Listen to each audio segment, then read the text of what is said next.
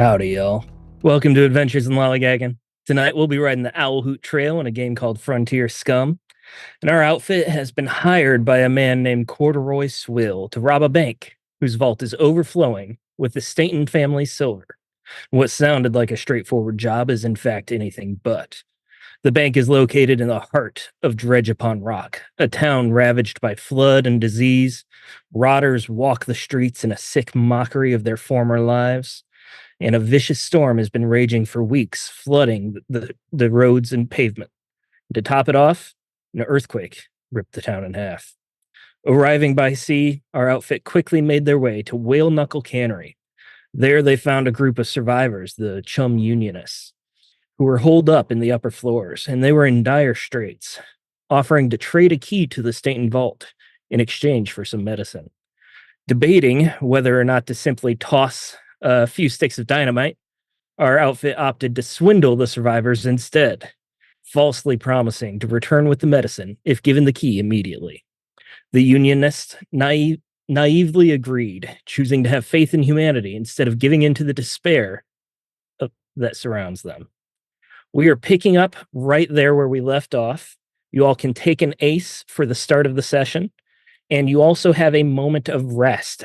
So if you have any health, you can roll a d4 to recover.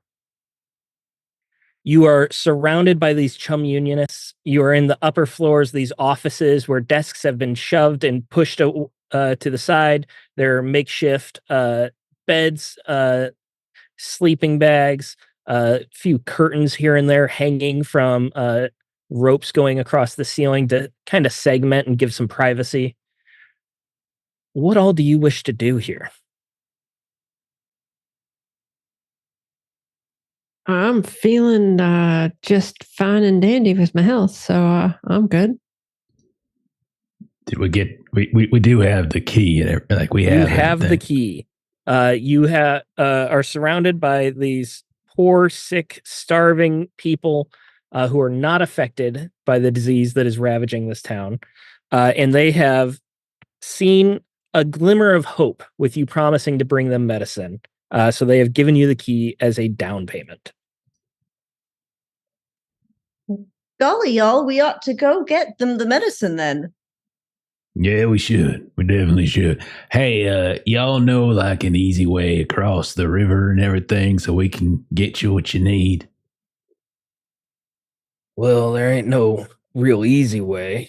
Okay. You could try to swim across the cavern, but the cliffs are jarred. There was a bell tower that went across, but it broke. You could try to climb the remnants. I wouldn't suggest it. With all this rain and wind, it's quite treacherous. Okay. Any other ideas? Like that might work. Like some, secret, like passageway or bridge or like something like that. Like some caves that go underneath or whatever that pop up on the other side or something. Rictus Flange will speak up there. He's the one wearing the rain slicker, the yellow rain slicker, and he was the one who had the key. Yeah, well, no, the best thing you can do is just get a boat if you can. He just looks at Balderdash at that point. Yeah, that's a good idea. And where might we get one of those, you think? Anything? Just think they're just sitting around somewhere? Well, yeah, actually, there are quite a few of them sitting around. Just right on the other side of the river, Neepkirk's Landing. Tons of boats over there. Right. Okay. Hey, thanks. That information's very useful. Very useful. Okay. Yeah, no problem. You know how to sail? I owned a really big boat for a while. Do we really have to get on a boat again? I'm sure it'll go better than last time. Boat is the easiest way to cross a river. You could swim across again. You did a good job swimming through the ocean. A river's got to be nothing compared to that. It is a way to get across the river. Oh, I wouldn't recommend swimming. Those tides are brutal. They'll carry you right out to sea. I'm well aware. Luckily, they decided to just ring me up on some rocks instead of sending me out yonder. But yeah, maybe I'll take over the rowing of the boat this time, and maybe that'll keep my feet on the inside of it. All right. Well, you all take care now, and remember, bring that medicine back from Hope Toss Hospital. Hey, Absolutely. I'll walk you to the window here, and if you all remember that they have coiled rope ladders ready to be thrown over through the window, so you can easily climb down onto the streets. As Rictus walks you over, he tries to like lower his voice and like move in a little bit to be discreet. But this is a fairly packed office, and he has a voice that just projects automatically.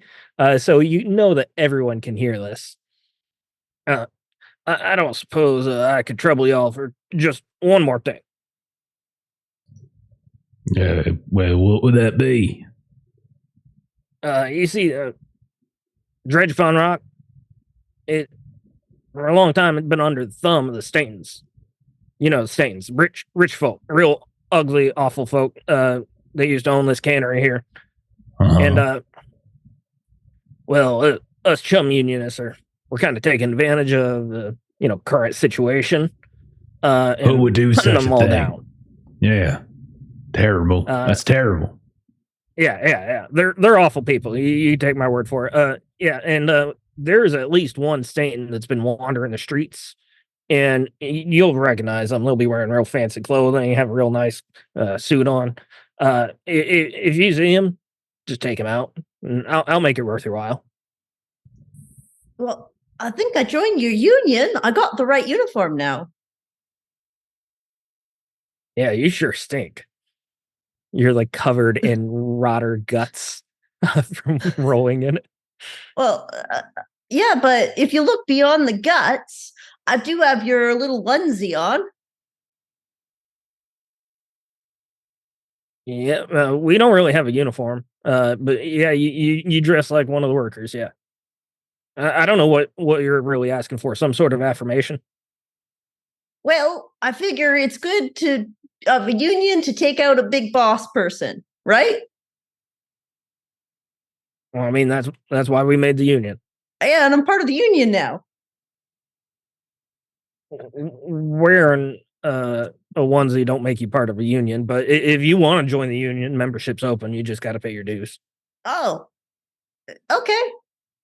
How much? Balderdash will just sort of walk behind Weslee and just sort of point to her and just kind of indicate, just nod, and just keep walking along. Yeah. Not you want to pay your dues, it's just 5% of your wages. Oh, all right. When I get paid, I'll give you that amount. Yep, sounds good. 10% to God, 5% to us. You got it. Okay, so back to this assassination that you want us to do. So we're gonna look for a well-dressed fella on the streets, and we just go kill him, just like that. I think we already shot some well-dressed fella, but he was babbling nonsense. Were they well-dressed? Yeah, some of them are dressed pretty nice. Yeah, I mean there was a range. So is this a well-dressed and still human, or well-dressed and taken some rot? Well, I mean, I'm sure he's a bit of a rotter. Most people are, except us chum unionists. Don't really know why we aren't affected. Okay. Well, absolutely, we can take care of that for you. On our way back here with the medicine and stuff, we'll square up both at the same time. No issues whatsoever. That sounds real good. Hey, I really appreciate it, and we really do need that medicine. So don't be lollygagging now. I shoot him. What an adventure! Oh my god. Are both Stunice and Stunice at a level 1 rot right now? Yeah, that's why I've been scratching myself a bunch. I got the boils. Yes. And Balderdash as well. your patron, Corduroy Swill, is looking very rough. Like he already had a bit of the rot before you came, but it's definitely gotten worse since you've been here. So he's probably like what, level 3? 3's where he started. Arthur will take a shot then. Hey, boss, you want to? Maybe it's best if you just kind of wait here with these folks, and we'll come get you on the way back and get some rest. You just give us the info, and we'll take care of it, and we'll just get you on the way back. These imbeciles might fall for your lies, but I won't let you rob me like you'll rob them. Well, I don't think. What does he mean by that, Robin? This man here has got sick. a real case of he's just a miserable bastard. Probably didn't get enough hugs from like his family or something, so he takes it out on us all the time. Wait, you got hugs from your family? You got a family? This bar dog's like, yeah, like I had a paw, but you didn't. No, not really. Oh, I'm sorry to hear that. He died in a fire, I think. I don't know. It's okay. Balderdash, you probably cut yours up. This is not the place for this. Don't worry, Mr. Wilson or Wilco or whatever your name is, sir. Sorry.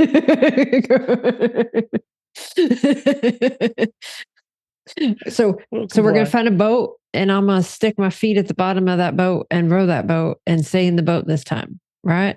Yeah, Okay. and We we'll got go get the medicine. The medicine, yeah. But if you stick your feet to the bottom of the boat, you'd be underwater because the bottom of the boat touches the water. You're one of those fun literal folks, ain't you? That's a lot of fun. I'm gonna be downstairs. Is literal what happens when you got parents? I mean, he's the only one that got the hugging, and maybe that's what happens when you. I don't know. I don't know. What There's one thing, symptom. and there's another thing, and that goes together. I think so. Yeah, makes sense. Yeah. All right. Well, I need some fresh air. I don't know about y'all, but I need some fresh air. I think you're gonna find it outside, though. It's storming something fierce, and it was itchy in here. If Swill's face could still be controlled, he would be scowling at you all right now. Man, sometimes I just want to shoot him. He says to somebody else. Sometimes I just want to shoot that fella just to see what happens.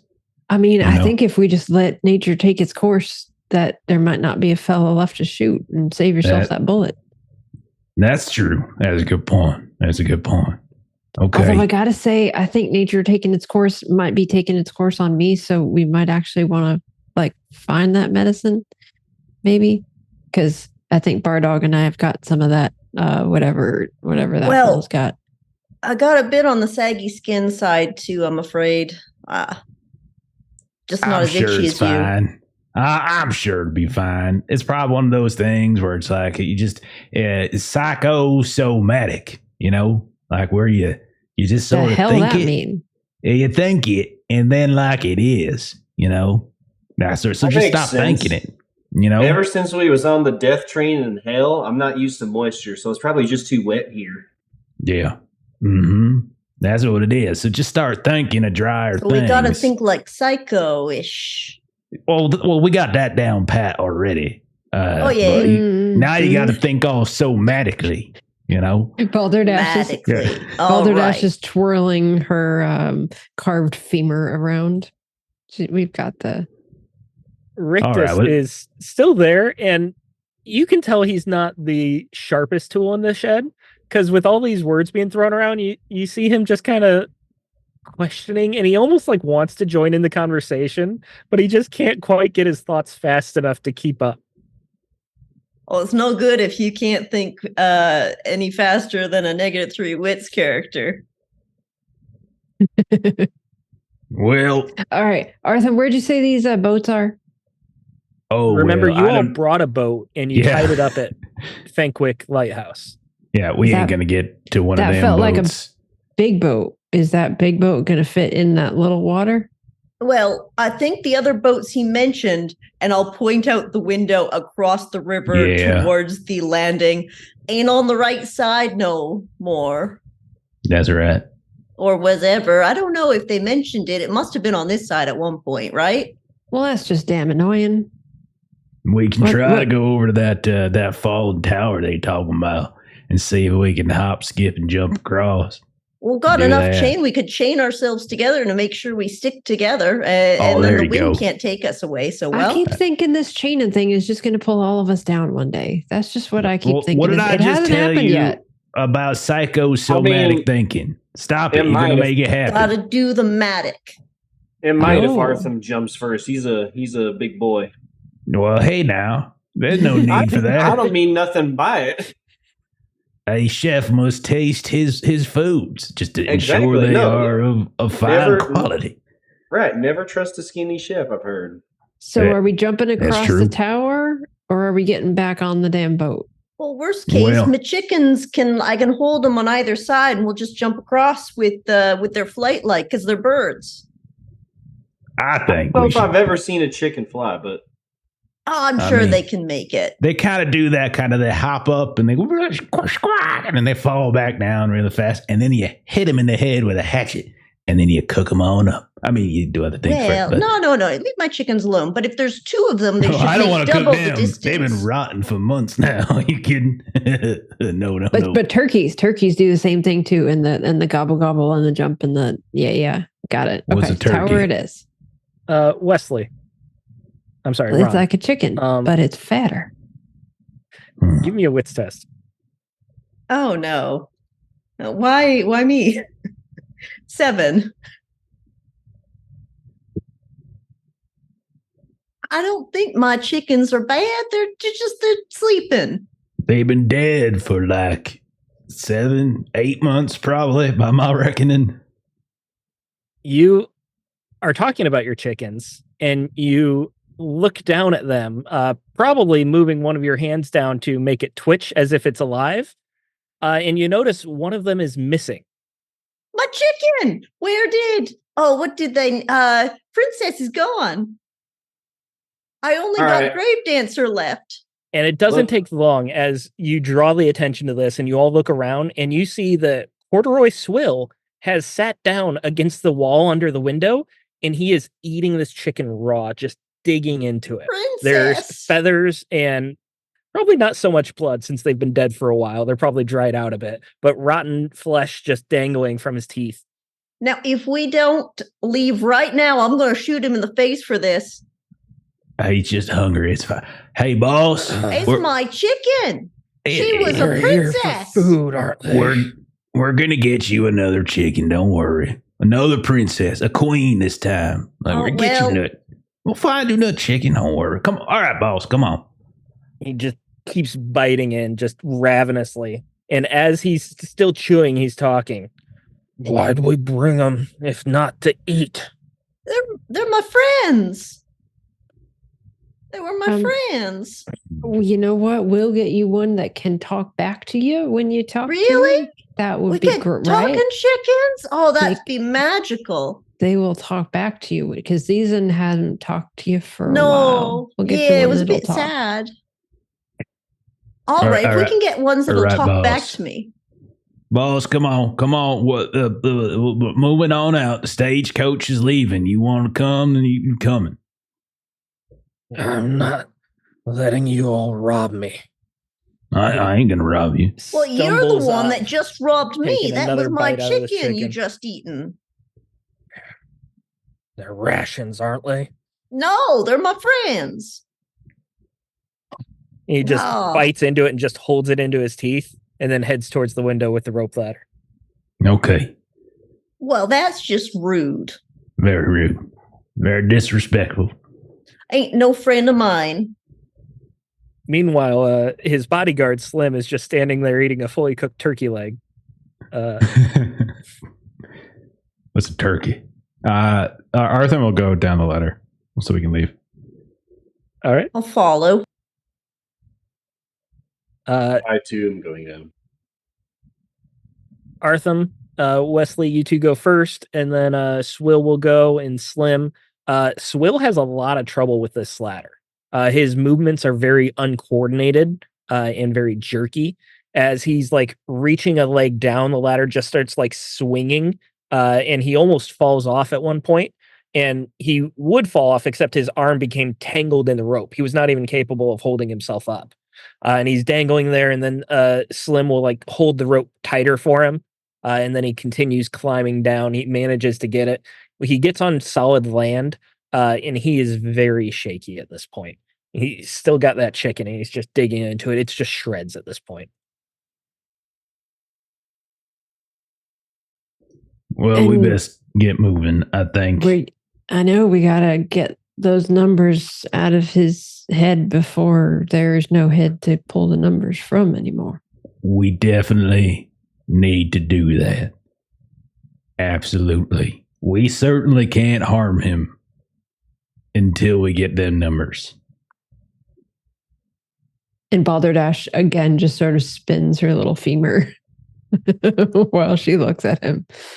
And Weslee looks at the chicken guts dangling from his mouth, which are beginning to wash away in this heavy rainstorm. Now that you're out in the weather again, you're unprotected. The wind is blocked a bit by this large building, but the rain is still coming down hard. And it just, you had a slight reprieve. Cadaver Kid, you started wearing Rodder's clothes, so maybe those were less drenched, probably not. But it is, thankfully for the rest of you, starting to wash away, or at least keep down that smell of the Cadaver Kid now as well. And you're headed to Finkswick Lighthouse. Yeah, I guess. Yep. I guess we're doing that. Are we gonna try to cross on the fallen tower? I thought we were trying to cross the fallen tower.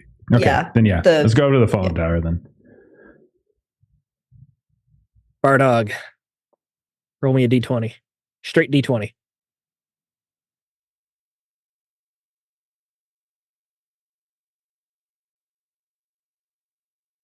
Muted. Thought I made myself sorry. 17. Oh, all right. Baldresh, give me another d20. Oh, I'm rolling d20. It's a 7. 7. You are making your way through this flooded town, through the flooded streets. There are rotters everywhere. Thankfully, it's dark. The storm clouds vision. And if you're careful, you can avoid most of the crowds. Here and there's a rotter that you just stumble into. They were like hiding behind a crate or under a doorstep, and they lunge out towards you. With the numbers you have, you're easily able to take them out. These rotters are very frail at this point, the ones that have been out on the street the longest. But at some point, the cursed tidal fog thickens, and a reeking miasma as thick as slack gaff chowder hangs heavy over the town. In silhouettes, the ghosts of the past make bitter work. There is low visibility right now. You all can hardly see past a couple feet, and anything further than that is just a vague shadow. But the rotters in this, as you're moving through, they almost seem a bit more clever. Corduroy Swill is moving in a much more coordinated manner again. It's a lot more fluid, not that ragged, jerky movement. And he kind of like moves towards the front of the group as if to take the lead. You know where you're going, sir? You're chicken eater, mister? Hey, you feeling better after just chomping into a chicken corpse? I just needed some fresh air. And this fog is awful and putrid. It smells like the rotters themselves. Kind of smells like we're near a horse's hindquarters, but all right. I can't honestly smell no difference from what I'm wearing than from the air around me. You're not missing much. All right. All right. Are you all happy to let him lead? It depends on where he's taking us.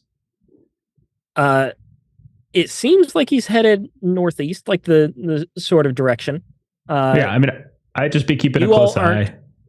Extremely familiar with the town, but he gave you a map and he like gave you the big landmarks and everything. So you feel like you're headed the right direction. Can we Yeah. geography to know if we're headed the right direction with our map? You absolutely could. With advantage if you have a skill for it. I do, in fact. And some wow. tools. Oh, I guess I that need would to be remove wits, by the way. one chicken from my belt. Okay. Aw. Best. Sad. Poor chicken. The best I could roll is a 10. Okay. I was actually going to say 10.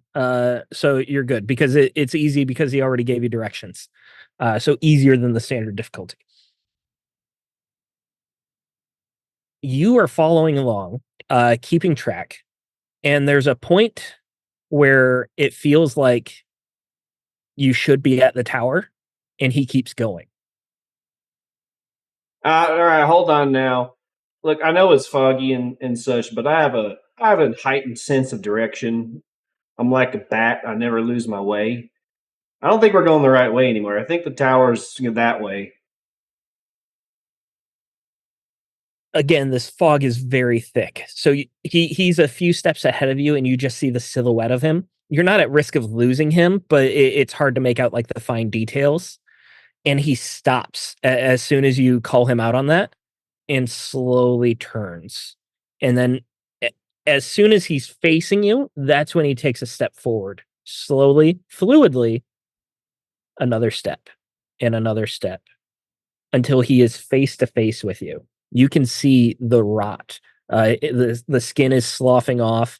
The muscles are looser than they should be. He looks as if he's bloated. I know where I'm going. Oh, I'm just saying, like, maps and things like that are kind of like, I like them a lot. And based on the directions we were given and the map that we have, God, it's so itchy. I don't understand what's going on. Anyway, based on all that, I think we should have gone that way, like maybe about 20 paces back or so. It's okay. Make It's a really grit test foggy for out. me. This one is a 12. Okay.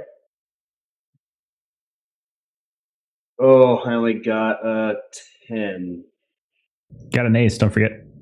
Oh, yeah. Actually, Yep. I'll spend my ace. Am I allowed to know what I'm gritting for in case I can use a skill? Yeah, it's a melee attack. Oh, all right. Can I use my Aikido to use his momentum against him? Yes, you can. Okay, so then I can do one more roll before using, or I guess use the ace and then get one more roll. You would have advantage on the first roll. So go ahead okay, and roll. so- Okay, then I got a 14. 14. He moves to slap you, not to like grapple you and not to punch you, but like he specifically was like trying to assert dominance, essentially. Like he was just fed up with you correcting him. Although you haven't been the one to really give him that much trouble this whole time. But it just something snapped in him, and his hand just swings out to slap you open. All right, I guess I'll grab his palm and like redirect. Is he wearing like a vest by any chance? Yeah, he's wearing a couple layers of clothing. He's got a thicker raincoat on and then layers underneath that. So you'd be able to like grab in the raincoat too. Yeah, so I'm just as he goes to slap, I'm just gonna like grab his like wrist, I guess, and redirect his hand and make him look like Napoleon Bonaparte with his hand tucked in his coat and be like, all right, there's no need for that right now. I'm just saying I don't want us to get lost. And I got a particular for the sense I'm a bat, you know? They never get lost. They always know where they are, except I don't screech like them. I'm pretty sure I can make out the base of the tower over there. Just calm yourself. I know where I'm going. Where do you look think here. you're going? Non-friends shouldn't hit friends. I'm going to try to knock him out with my sledgehammer. All right, roll grit. Misdirection. Do I get advantage because one of my traits is vindictiveness and he ate my chicken? Traits don't give you advantage. Or skill, sorry. My skill is vindictiveness. You're skilled at being vindictive? Yeah. If you slight me, I get advantage against you. How is that a skill? Because you didn't stop me when I You've put never- it down on my character sheet. Never seen the art of it. That is the how that happened. I wrote it and you didn't stop me. You didn't stop me, so. I can't argue with it in the moment. So yeah, go ahead. Take the advantage. But I didn't need it because I rolled 2 17s anyway. Okay. Roll your damage. Sledgehammer is a heavy melee weapon, so that's a D8? two-handed D8. That's explosive. That is a total of 11 damage. I don't think that's knocking him out. I think that's No, ripping it's his a soul blunt from his body. object to the back of the head. It's totally knocking him out. Are you really trying to knock him out, or are you trying to I kill was him? really trying to knock him out. Okay.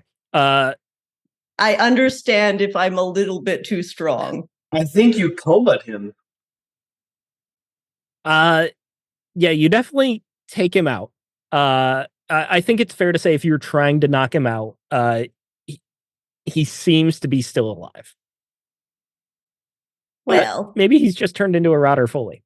let's just tie this man up with a little bit of chain and rucksack him, sorry, Slim, over someone's back. Oh, Slim that- takes another bite of the turkey leg. That's interesting. That's what I thought. I was just gonna hang on. I got an idea, and so he's gonna wrap his chain around his neck and just squeeze until his head pops.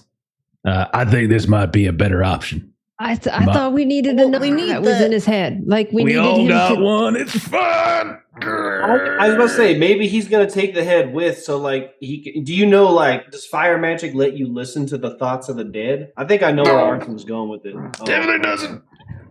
Folks, I don't. I'm not going to say I'm- it takes a skill to coup de grace an unconscious all in person that's favor already of- almost dead. So if I no am one all in stops you, favor it of happens.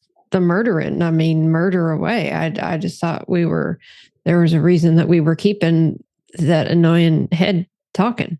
We all know a separate number, and as Didn't he long know as the we're last all one? together, we're fine. If you don't want me to do it, I won't. But like, this fella ate her chicken, and how long before he eats one of the rest of y'all? And he's been nothing but ornery since we met him. And I don't take kindly to that kind of behavior when we're just trying to do right by him. Far be it from me to tell someone that they shouldn't end someone's life when they believe it has run its course.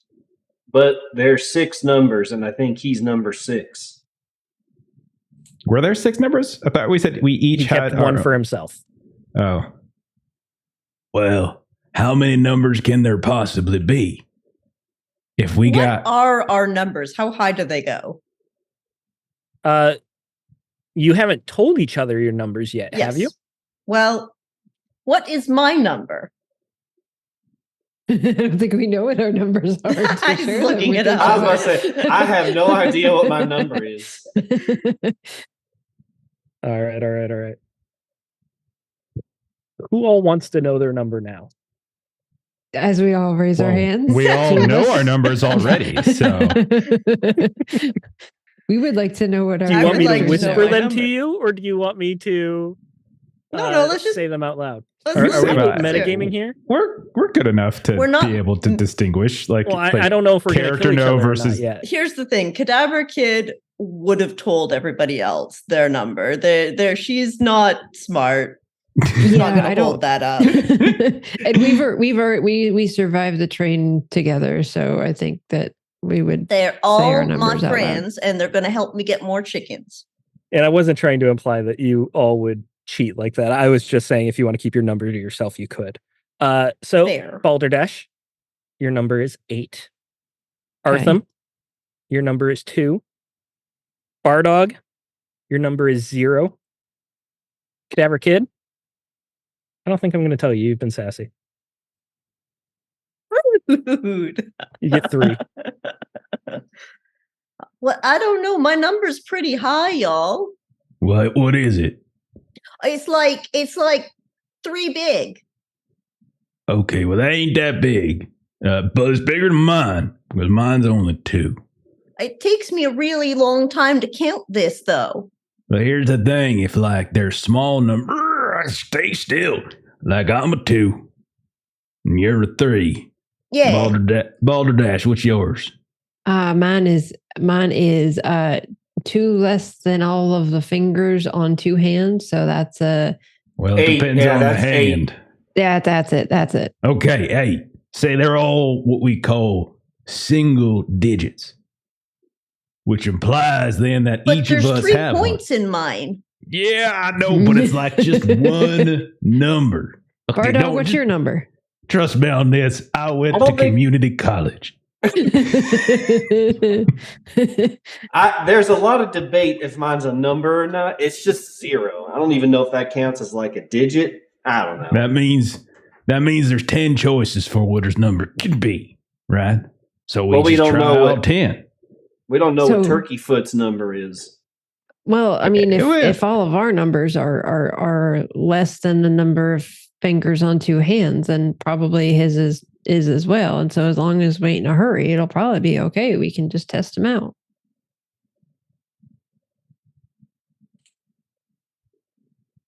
That means you can pop his head off if you want to pop his head off. I don't need to. I'm darn well sick and tired of hearing him talk, and then him being just unnecessarily ornery. And then he's now attacking old Bardog over there, and Bardog done nothing but make sure we're going in the right direction. And he ate my chicken. Oh God, I'm so sorry. I completely Thank forgot you. about that. He ate Princess. that rotten dead chicken. Princess was doing well. Princess is no longer doing How- Spiritually, How about she was this? doing just fine. I'll double check that my intuition was correct about the direction, and if I do find the base of the tower, then pop his head right off. And if I was wrong, then we give him a freebie Fine. on slapping me, and Let's I'll just run strip over. him. Let's just strip him all his weapons and stuff, and make sure That's none fair. of that's there, and tie Who him wants on his up. Winchester? I already got spit and whistle. I'm all right. I didn't actually take them out because I'm busy holding right. the chain on. So if I run in the direction I think that the collapsed tower is, as my geography intuition correct? Yeah, you probably would want to move a little bit slower than just running because you don't have any real vision because the fog is so thick. But you can move as quickly as you want. And if I can do see run, in the I'll dark. Have you roll I can slip. see I can go in the direction that you're pointing me because I have seen in the dark as a skill. It's more fog. Wow, I didn't know dark vision was a thing back then. I I know. You I can go did- attack the darkness. Um, I'll give you the darkness though. It is nighttime. That's fair. All right. I can go run in that direction if you want, Bardog. Yeah, here, take this compass and just follow it that way. And then don't go too far. If you can't hear me call out, you've gone too far. You want to stay in range of my voice in case you get lost. All right. Bear in that mind, is- there are groups of rotters like still moving in the vicinity. Yeah, like we you should have a probably little bit stick of cover from together. the fog. All right. We'll drag him along as you choke him out more. Yeah, I'll drag him. By You neck. guys ought to like roll in some of them bodies, then you can be like me and they don't really notice so much. I'm already itchy. I feel like rolling in the rotting flesh is just not a recipe for healthiness. I think we all should just get on over to the damn tower before the damn rotters get on top of us. Then it don't matter what we Agreed. do with this Agreed. fella. All right, all right. I rolled I'm a already 19. walking. I Then how rolled can a you hear me 19. then? How are you 19, responding to okay. me? So Balderdash, you're clearly the first to see this, and you're going the direction that Bardog pointed. You're actually right next to the tower. Like you just had to cross the street and go across a yard, and you are already there. You can only see a little bit of it at first. It used to be a tower with a building attached, a kind of like a church, but not quite that big, and it doesn't look like it was used for religious purposes. But like that same sort of shape. And the bell tower was extremely tall, very disproportionate for the rest of the building. As you're moving through this rubble, it looks like it was hit by lightning, maybe, or something like that. And then the earthquake is what caused it to topple. There's fire that has taken or that did take hold, so now it's entirely burnt and charred. The brick itself seems to be mostly structurally stable, but this tower is now on its side, so how long it'll hold is hard to really know. You follow to the actual edge of the cliff, and you can see the tower is broken in half. There are some support beams that do abut to each other. So like you could jump it. It'd be about 3 or 4 feet at the closest point. Again, very dangerous though, because falling means you go into the chasm that has opened up and the flood waters down below. Well, it looks like I was right. You could throw them in the river here if you want, Arthur, if you don't feel like choking them out. It depends on much kind of fun you want to have. Oh, I definitely had that idea. I'm just wait. I don't want to like make y'all accessories. Understand? And is he still unconscious, by the way? Out cold. Yeah, he had 7 hit Arthur points goes and she through did 11 damage. all of his things, like pockets, everything. He's going through all his things, handing over any kind of weaponry to somebody else, looking for any kind of anything. His hunting rifle, which is very fancy. It seems to be very well taken care of. And it's got a silver plating on the butt of the rifle with a cat etched into it. Oh, that might be better than my hunting rifle. I just got a normal one. Oh, thank you. I'll add fancy as a subject for this fancy cat rifle. How about a fat cat rifle? It's a hunting rifle. You get +2 to rotters when using it. Oh, shit. But for every check to see if you catch the rot, you have a -1. If you are fleeing from rotters, you can leave it behind, and it'll give you +5 to your slick roll because they're so attracted to the silver. Going through the rest of his pockets, you find 15 silver in a bag. A lot of it has tooth marks on it, like he's been gnawing on it. And he's got a revolver. Okay. Any of y'all not packing? Any of y'all not have a gun? I actually do not have a gun. Oh, that's what you mean. I'm good. Here you go. Go ahead and take that revolver there. And Bart Dog, you a smart fella. You take the silver. We'll sort it out later. They do eat it. I was right. I thought that was a flippant comment, but it looks like they are trying. Look, there's tooth marks in this. Is there anything else on him, or has he got any kind of like crumpled up pieces of paper, jewelry, tattoos, anything like that? No, he seems pretty straight-laced. No paper or anything like that. Even if he did, the paper would likely be soaked by now. Okay. But he doesn't have a journal or anything like that. Okay, I'm going to go ahead and take out one of my knives. I'm going to cut into his Achilles, and then I'm going to throw him in the river. Check his shoes. Some people like to hide paper in their shoes because I technically didn't kill him. Okay, yeah, that's good. Before check the shoes and stuff. I check everything before I throw them over. Okay, you know what? I will give you something that you find in his shoe. Okay, I'm talking. I'm Dr. going to show He you have a handout $1 here, in his shoe. and Dr. Scholes? Feel free to read it to the audience. Okay. It's a crumpled up piece of newspaper. Or should I just pull a Steven and be like, no, I think I'm just going to save this and not actually read it to the audience? No, I got it. Just ooh and I would. ah over I it. would. It's an interview with Dr. Malcolm Wittershoons. Readers implore us to ask, what is this malaise which has beleaguered our city this past few weeks? And then this is in quotations.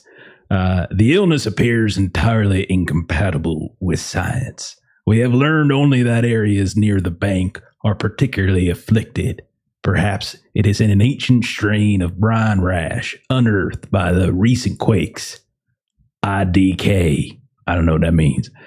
How do we avoid falling ill? We advise to do away with any person exhibiting the symptoms most common.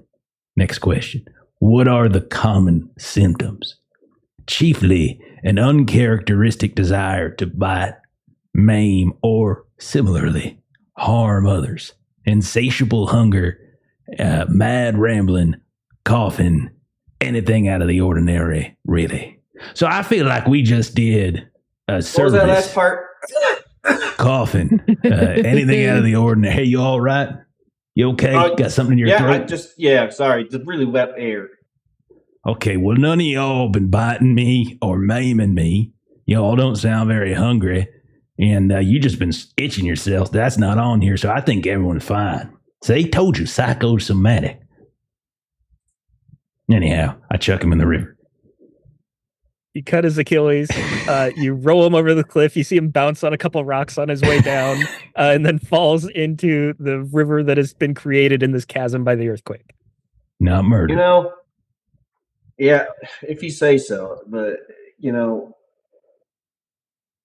it's just so much murdering going on. For someone that just likes to steal, I feel like I've been killing a lot of people since I met you people. I blame Balderdash. I'm sorry. Is there some judgment there in that? More I thought we'd moved confusion. past that. I don't know who I am anymore. Hey, man, you want to go your own way? You're welcome to. You're going to have to shoot through Cadaver You know what? to get to I me. gotta say, Duck, what are you talking about? You won't remember to. I'm so glad that we said our numbers out loud, because I've been like every couple minutes been counting all the way up to like this here finger. And now that I said it out loud, maybe I can just stop doing that, because that was real hard to keep doing that so that I would remember my number all of this time. So I'm glad we said our numbers out loud. I ain't going to remember any of the rest of y'all's numbers, though. I just got mine. Wow, you can count up to that finger? Yeah. You start over on this end, and then you work your way over to here, and then you done got it. And that's as far as my number is.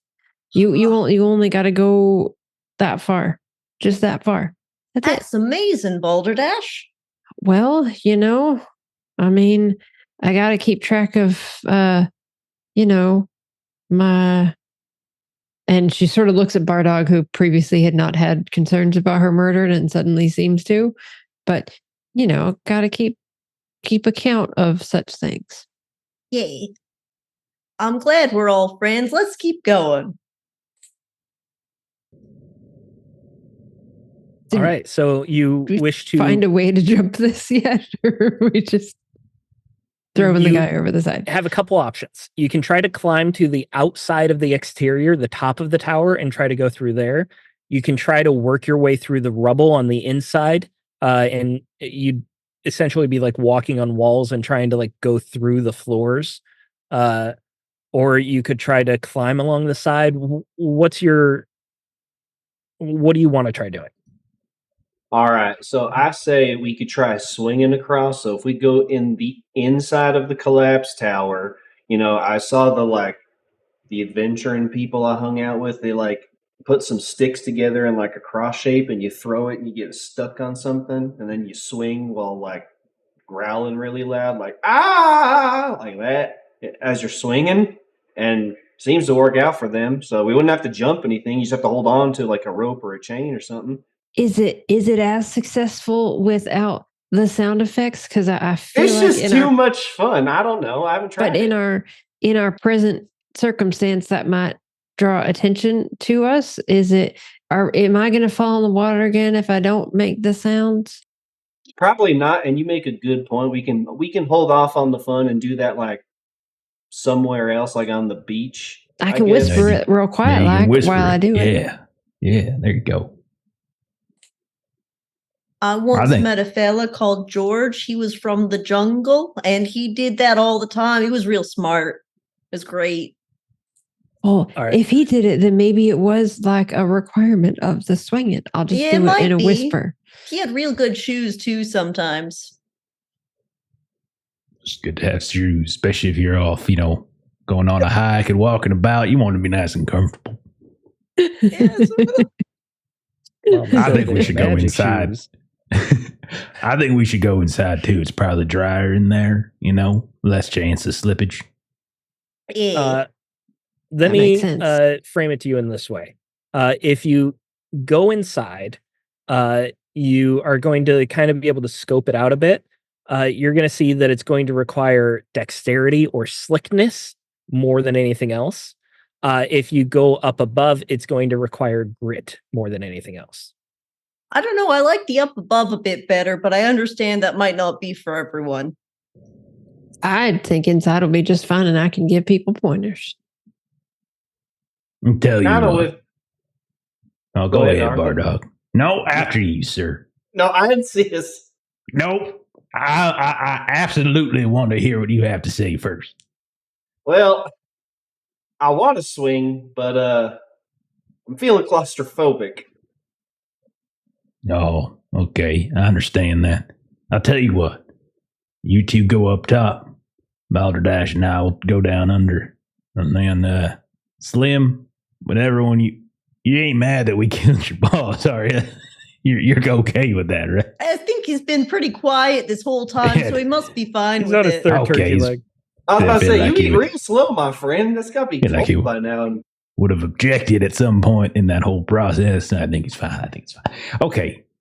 Well, we'll Let's be see you on the honest, other if side. Aaron was here, he would not have objected in the No. slightest. I think we picked a good He day would to beat kill us his to it. boss. He's a bit Aaron distracted. killed him Like. first. Oh, goodness.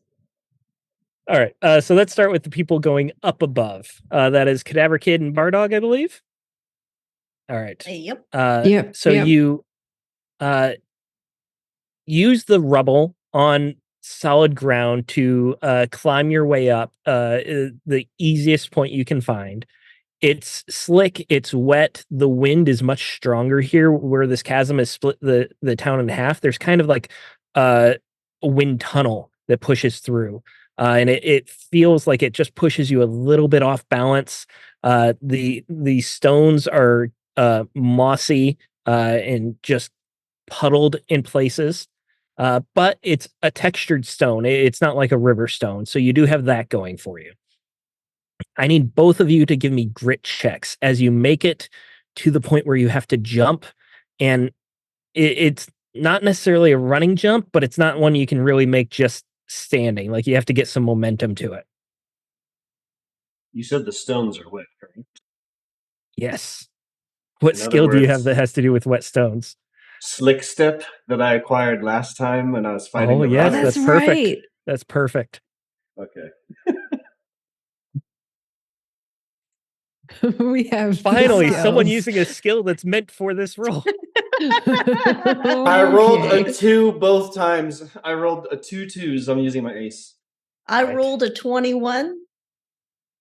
Did you 21. roll? Cadaver did you roll a 20?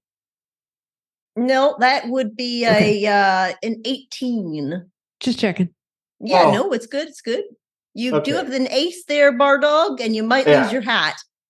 I definitely used my ace because I rolled 2 2s. Then I rolled a 1, and then I rolled a 16. So we're good. Yeah, and I should have warned that this is a very deadly check. Like if you fall, you're falling. This is your one check. So perfect time to use an ace there. Bardog, you get a little bit of a start, and you do slip a little bit. But because of your slick step, you know not to keep the momentum going, and you like recover. As you do that, Cadaver Kid just brushes right past you and jumps across. She makes it across, and she kind of like slids to a stop. She has to like go down to a knee to keep her balance. But then you see her Superhero there landing. over there. Superhero landing. Bardog, you get a second go at this. You rebalance, find a little bit better avenue to move through. And you make the jump. Do you do your George of the Jungle scream as you jump across? Well, I'm not swinging, so no. There's no fun in screaming while you jump. Everyone knows that. You jump across. We have the wide shot where we see the silhouette of your body in the darkness, doing the Air Jordan, and then you land on the other side safely. We'll cut to Balderdash and Rockgut. The two of you are inside, and it's a bit slower going because you have to climb multiple times. There is a sort of a spiral staircase that went around, and the opening in the floor is at various heights as you move through. So one of them you have to like crouch through. The other one is on the side. You have to climb up a little bit. The hardest one is the one that's at the top of like what would now be the ceiling now that it's flipped over. One of you has to give a boost to the other one, help the other person up, It's slow going. It's not anything that requires a check though. Like you can do it, just taking your time, being cautious. There are no rotters in here, thankfully. It appears that the tower is empty. The bell tower specifically, it's just like scaffolding in here, so there's not really that much to loot either. It was just a way up to the other side. You make it to where the break is. This is a lot more jagged, and you don't have the same sort of support beam that goes juts out. It looks like this bottom collapsed a little bit more. Fortunately, there are plenty of pieces of timber and wood that you can move around, and they do cover the gap. So you can create a bridge, a makeshift bridge of sorts. It still requires delicate footing and balance. So both of you need to make a slick check for me as well. And again, you're following if you fail.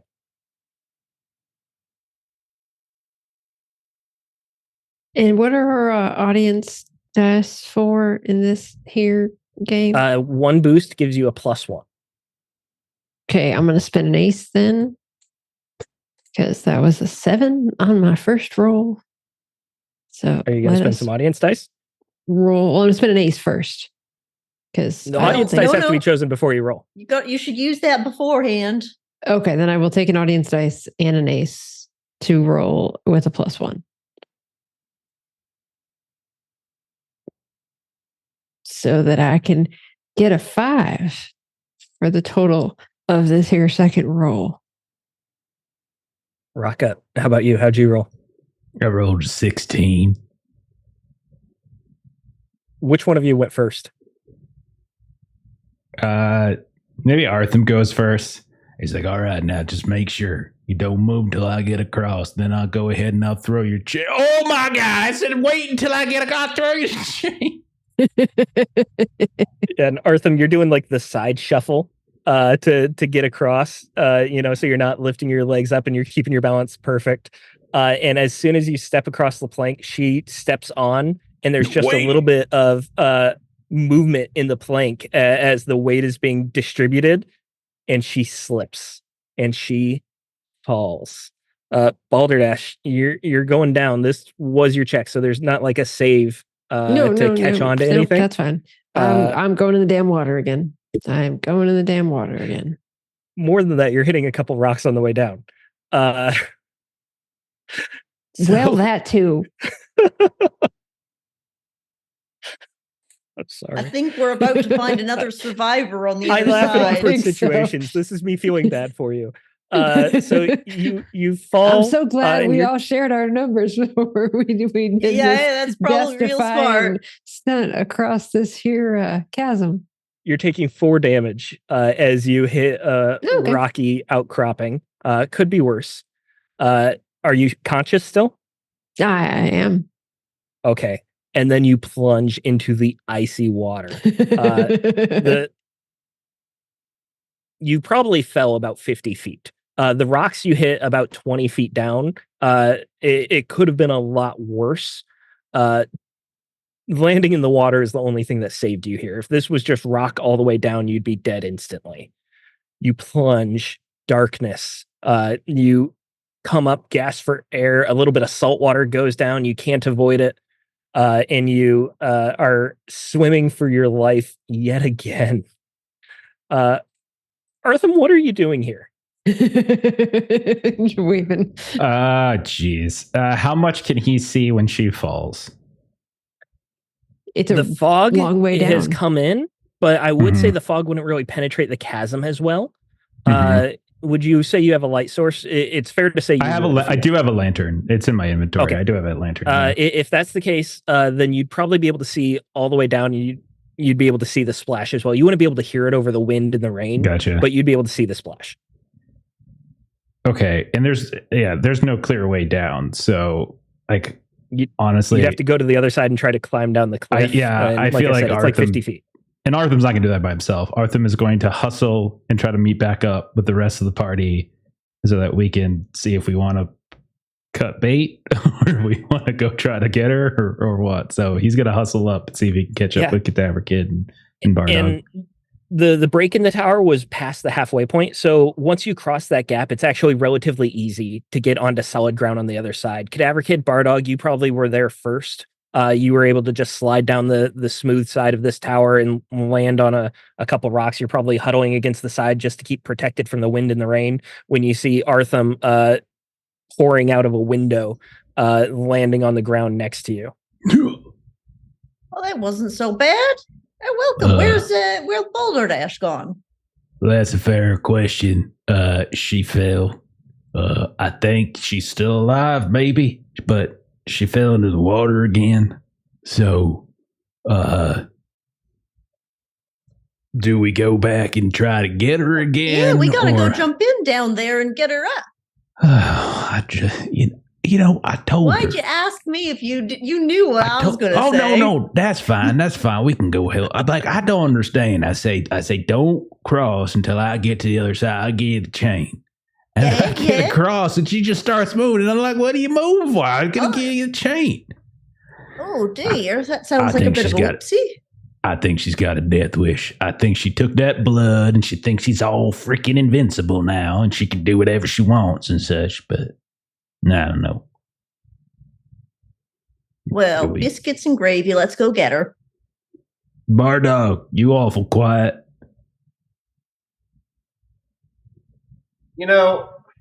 Once we told each other the numbers, you choked out the guy and then you got a piece of paper and you read it to us because we can't read that well. And now the other person with another number's disappeared. Look, I'm not. It's just real bizarre.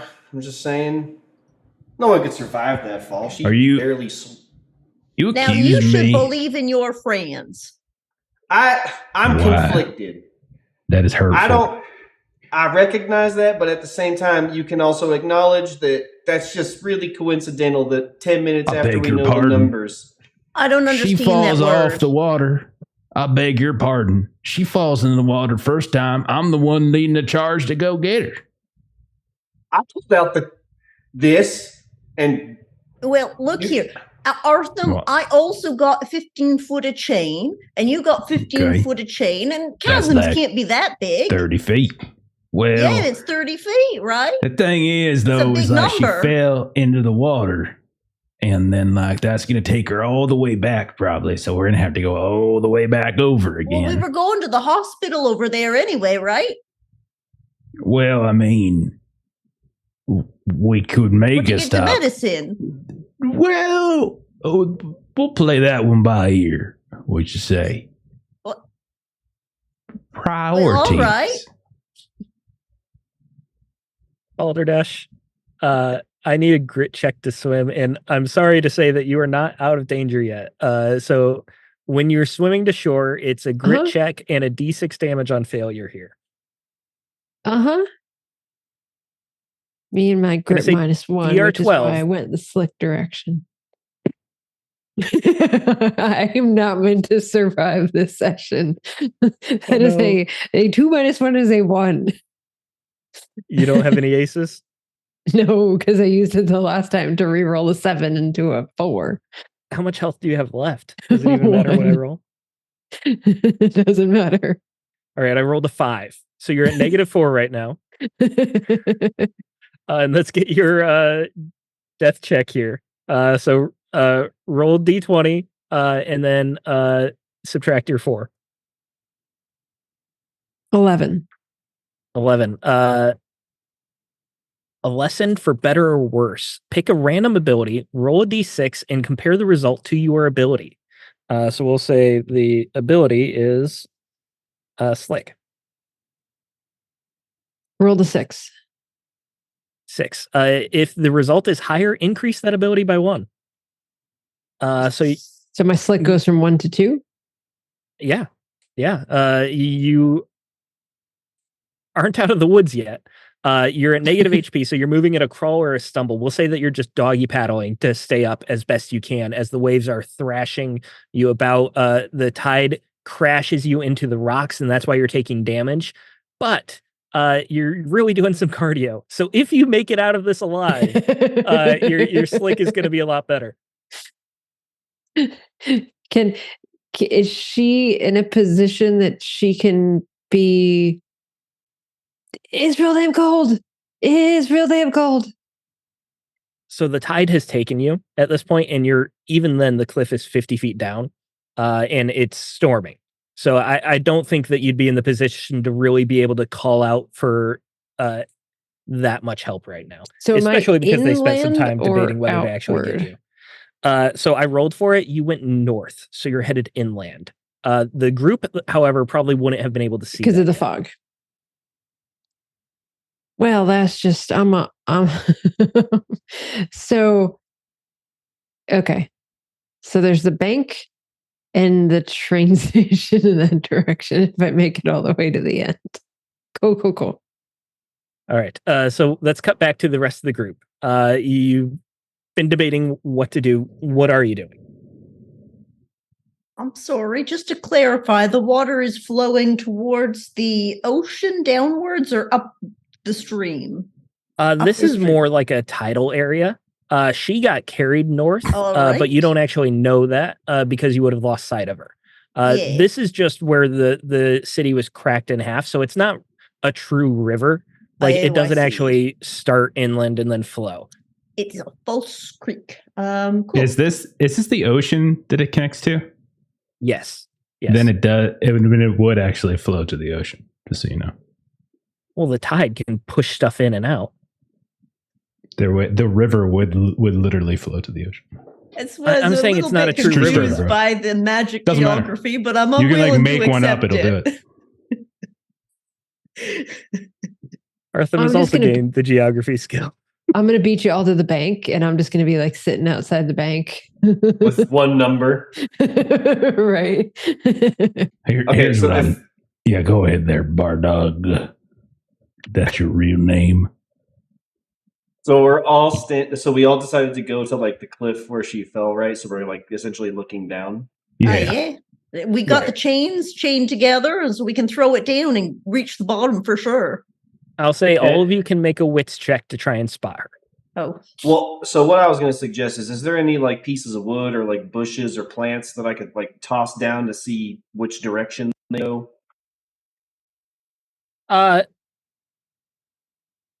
Let's see how your wits test does. Well, that would be a 4. I got 5. I also rolled a 4. Nice. I think I see her. Definitely that one right there. That Bob right there. You see that? As an expert in geography and throwing... As an expert in mythical geography and throwing a plant in the water, does that give me an advantage in checking? I'll give you the advantage for the geography, yeah. Oh, let's Hail Mary this. No way. I got a 4.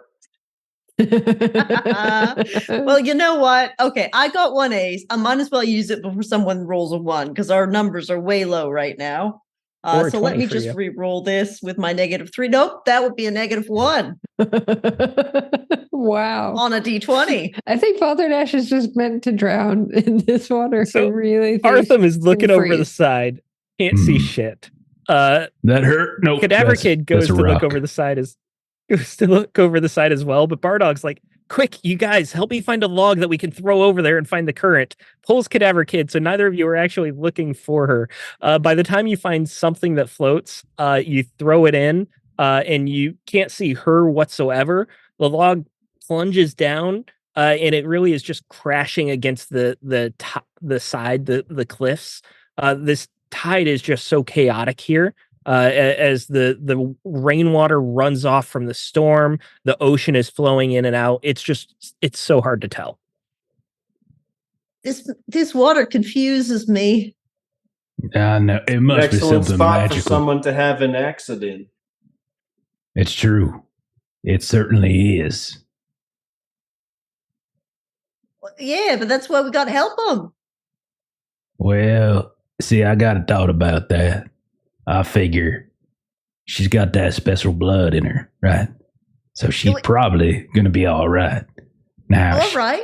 Looking at that water, she can go this way, that way. We don't know where she's going to go.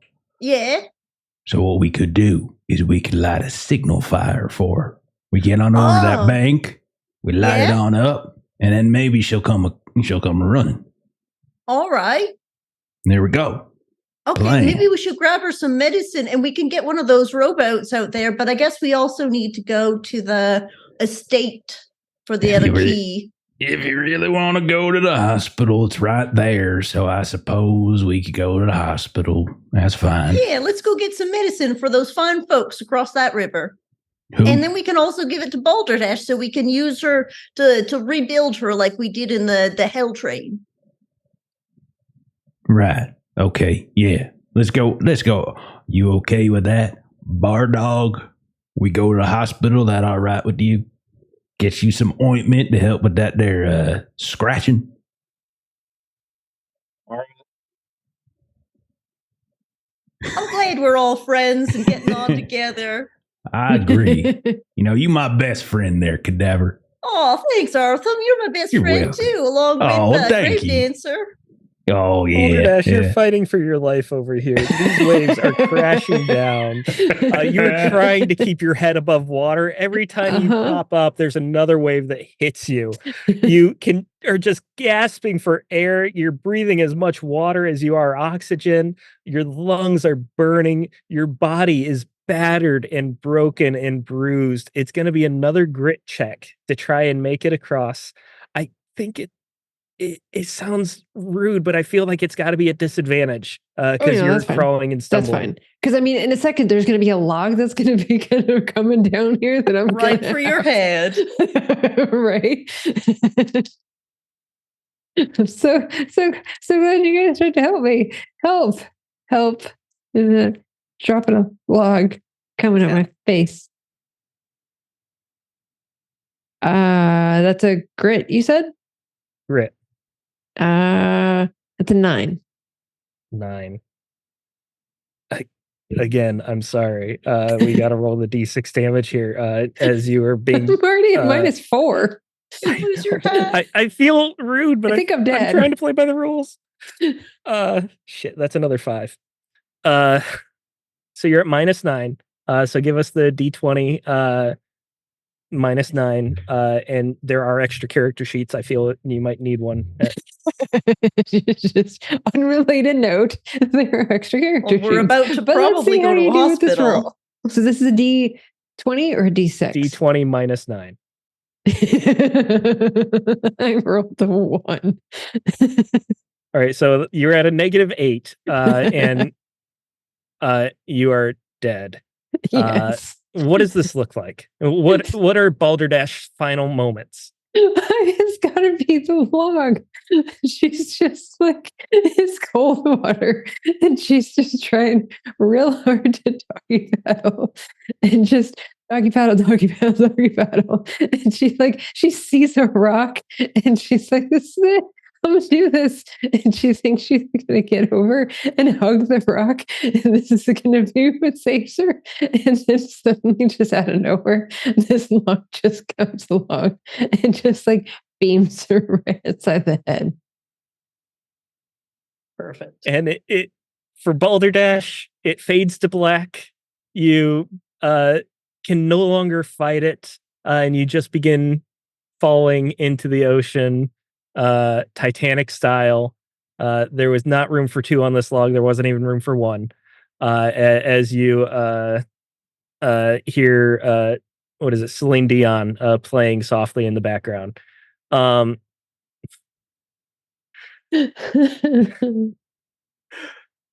sorry. It's fine.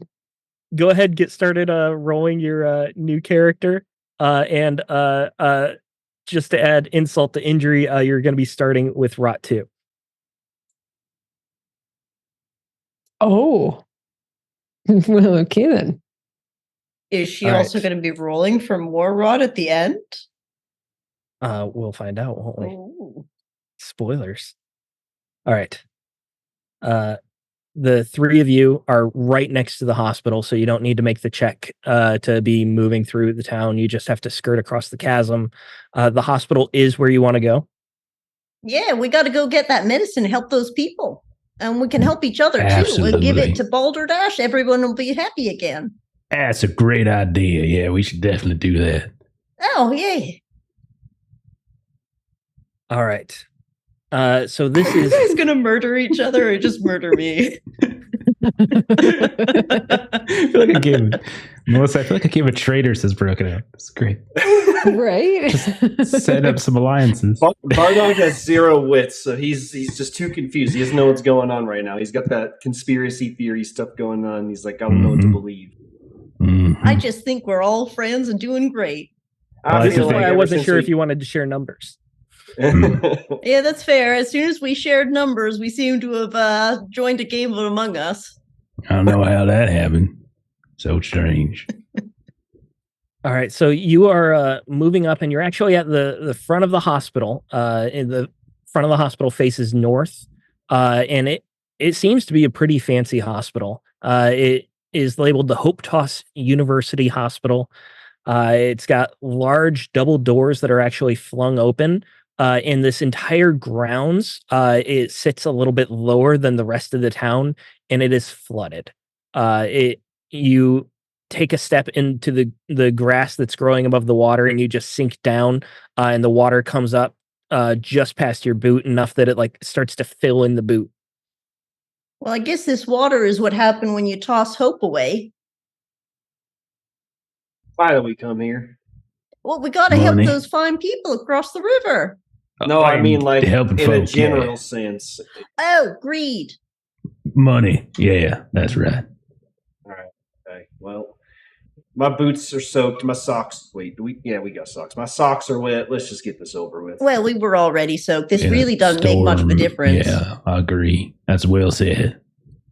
Do you want to go through the main doors? Do you want to try and circle around looking for a back door? Do you want to go through one of the many windows on the ground floor? Well, I got my sledgehammer out. It looks to be at least 3 floors, and there is a clock tower as well. Well, I generally am not too fond of going through the front door. So like maybe we just pop in one of these windows here. Oh yeah, sure. Well, we should. That would let us take a look from the outside to see if we can find like a fancy window where there's like, because it's going to be his newspaper article was all about a fancy doctor, right? Uh-huh. Fanciness? Yeah, I don't think that the quality of the doctor is consistent with the architectural display of its windows. Just me. Huh. Really? Yeah. All right. I'm not really sure, to be honest, but I figure let's just pop in one of these here and we start looking around. I'm ready to smash any window you see a liking to. I'll tell you what. Your choice. Oh, brilliant. I think we'll go to a back window and she'll just smash one in the corner. Okay. Are you trying to look in the window first, or do you just want to go up and smash it? Well, if Artham is leaving it up to Weslee, then she's just smashing one at random. If you guys actually look in and direct her, then we will. Nope. All right. Nope. We're doing random. We are doing a bit of random smash and grab. All right, because nothing is attracted to noise in this whole town. So good call. You go around the side. Your boots are soaked and waterlogged. You make it to the side of the hospital, and thankfully the landscaping there is a little bit more solid. There were like rocks around the edge. The flooding's not as bad. You don't sink down into the mud as much. And you take the sledgehammer and you just smash a window. You try and time it with the thunder. Oh, okay. Oh, yeah. Hold on, I'll get the next one. The window is mostly broken, but you wait a little bit. As you're waiting, you look inside and you see that this appears to be infirmary ward. And you can see inside that there is checkerboard tile floors that are overtaken by all sorts of tide pool life. The water has flooded into this building as well. It looks to be at least boot deep. There are patients that are bound to their beds in leather straps. Foolish and fruitless attempt to control the rot, and they are still like thrashing and pulling to get out of these straps. Along the floor, some of them on the beds as well are corpses that are half-eaten, mangled, and free from their bindings, occupied by all manner of crab and fluke worm. gurneys form makeshift funnel points and barricades throughout this entire ward, and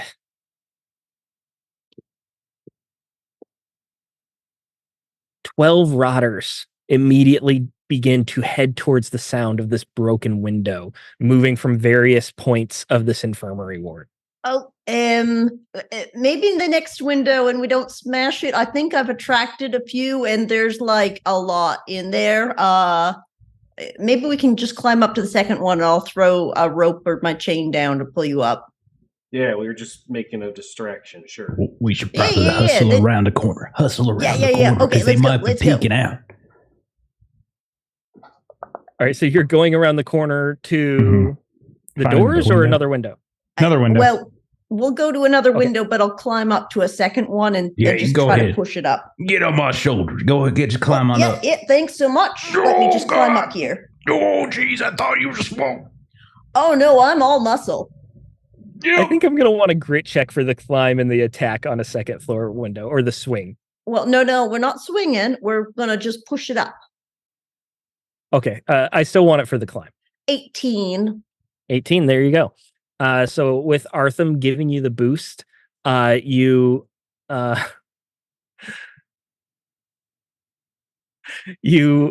make it to a window, and the jam is swollen from all the rain of the storm, all the flooding that's happened, and you have to push and really push, but you get the leverage, you feel it moving, you can get your fingers in and then push it up even higher, and you have just enough space that you can pull yourself through. You look around, and you are in what appears to be a I think it can only be described as like an amputation hall. It's a charnel atrocity. The stench of blood outweighed by the choking odor of iron and rust. Limbs, bones, all manner of offal coat every gore-slick inch of this ward hall. Oh man, this makes me miss Boulder Dash. Standing there in a surgery uniform with the white surgery cap. Well, it was white. Now everything is just dark brown with dried blood. And you see his face and he's smiling at you. No, he's not smiling. He just doesn't have a face. It appears as if he is self-flayed, as if he's just cut off all of his skin. And you get the idea that he did it because he's still just kind of like poking at himself or like picking at himself. He's got a scalpel and he's just here and there scraping off little bits of extra skin. He's not quite looking at you yet. You don't appear to have caught his attention, but you do hear his voice talking to himself. Beneath the skin, that's where it is. This rot is beneath the skin. What are you doing? Do I send yeah, okay. No, I'm in. You're not holding me up no more. Okay. I will I'm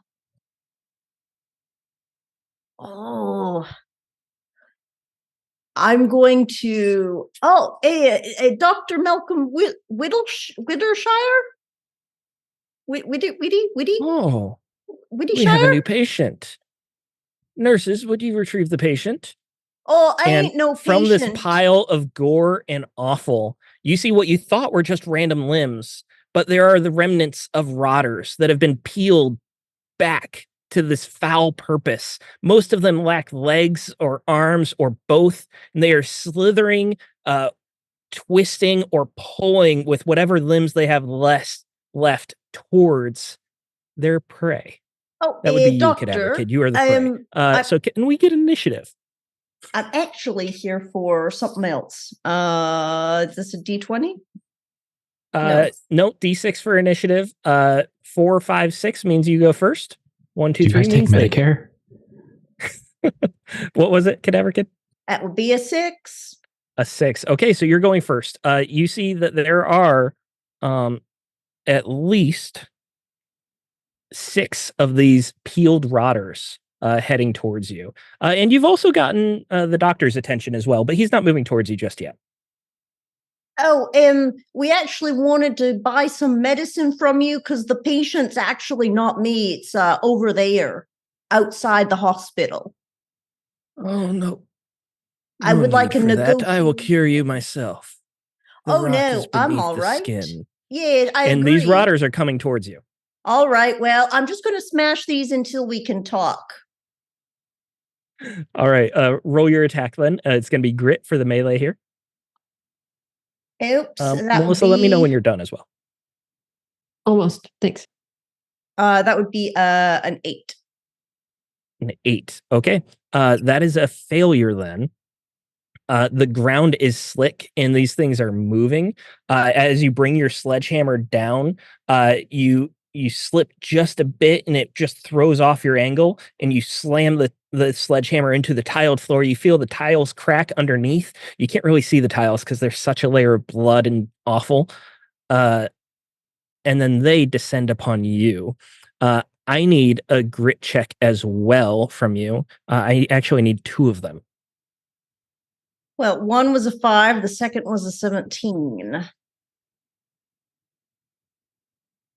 1 second, Artem, Bardog. I just got to deal with. There's a bit of like a centipede, human centipede thing going on here. 1 moment. One of these rotters only has 1 arm, no skin whatsoever. You see his eyes are wide open because there's no eyelids whatsoever. And he pulls and he reaches out for you. You sidestep with that 17, stepping back so he cannot reach you. What you did not realize is that there was another rotter behind you. This one has no limbs and it just twists and throws its body, and its teeth that are also wide open from lacking lips just clamp down deep onto your lower thigh, dealing 4 HP damage as they just rip into your flesh. I'm ready, by the way. Ouch. Okay. Artham, Bardog, we can say you can go here at the bottom of the initiative. Cadaver Kid has called out. You don't really know what's going on, though. Okay. All right. Bardog, man, get on up there. Go. Come on. And so he's going to like do the classic, like hold his hands out to get ready to launch Bardog up into the window. Yeah. Okay. I'm assuming this will be a grit check. Yes. Sorry. If I expend like my action to like literally throw him, can I give him like advantage or something instead of like? Yeah, that sounds fair. Okay. Okay, I got a 12. 12. Yeah. So you reach up and you're trying to pull and you're having a little bit of trouble, but then you get the boost from Artham and it just kind of like throws you in. You also pour into this window where you land almost on top of this peeled rotter that is biting into Cadaver Kid. Would my action be just getting into the room? Your action would have been to climb up, yes. Gotcha. Okay. Would you like to yell something out to your buddy Artham? Is there any... I don't know if this would be like a free action. Is there anything I could throw down so he can climb up? I think that would be a little bit too much for the turn here. On your next turn, you could.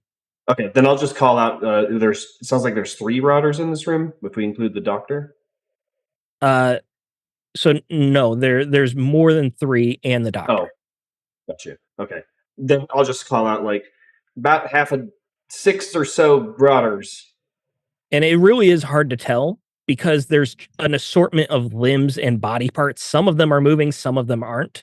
You aren't really sure which one constitutes a full rotter or not.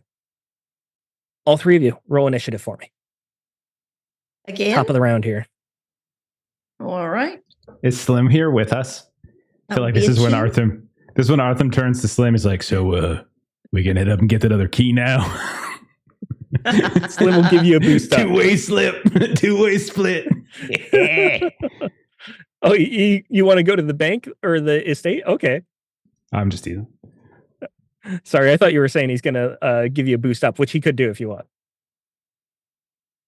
How do we do on initiative? Who's going first? 4, 5, 6. Not me. I got a 2. All right, so Artham, you're going first here. Okay.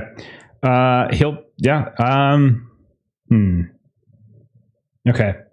Can he call up? So he like kind of like get a firebomb ready, and he'll just like get out the damn window so I can throw this up there.